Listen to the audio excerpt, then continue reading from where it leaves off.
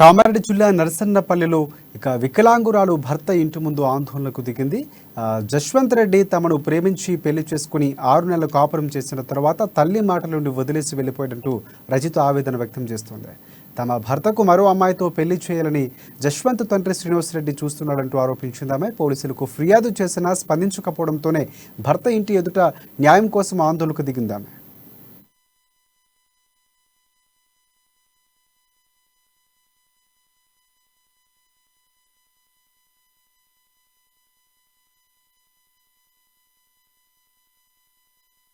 Sir పెళ్లి చేసుకున్న తర్వాత మార్నింగ్ మళ్ళీ ఏం చేసినారు, నా గురించి నీకు తెలిసినా నువ్వు వదిలిపెట్టద్దు, నీ గురించి నాకు తెలిసి నువ్వు వదిలిపెట్ట, నేను 5 సంవత్సరాల నుంచి పెళ్లి చేయమంటే చేస్తే అయ్యా కానీ కవరం మంగాలి అని చెప్పేసి అలా గ్రూప్లో మొత్తము వాట్సాప్లో వాళ్ళ విలేజ్ గ్రూప్లో మొత్తం పెట్టేసింది సార్.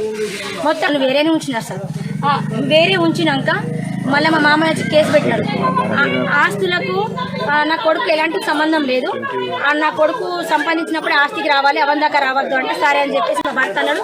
నాకు ఆస్తులు వద్దు, నాకు నా భార్యను ముఖ్యమని చెప్పేసి సంతకాలు పెట్టేసి వచ్చిండండి.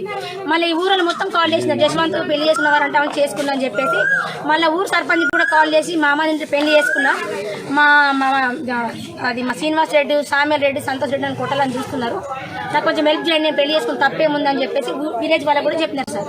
చెప్పినాక మొన్న మధ్యలో నాకు నా భర్త కావాలి సార్, నాకు నా భర్తనే కావాలి, నాకు ఆస్తి ఒక్క రూపాయి ఏది వద్దు, నా భర్త నాకు ఎట్లా ఇస్తే నేను అదే కాపురంలో బతుకుతా, నాకు ఈ ఆస్తి కూడా వద్దు, నాకు ఏమొద్దు, నేను బేబీ టెస్ట్ కూడా చేయించుకున్నా సార్, మా ఆయన చేయించిండు, నేను ఇప్పుడు 2 months ప్రెగ్నెంట్. అదే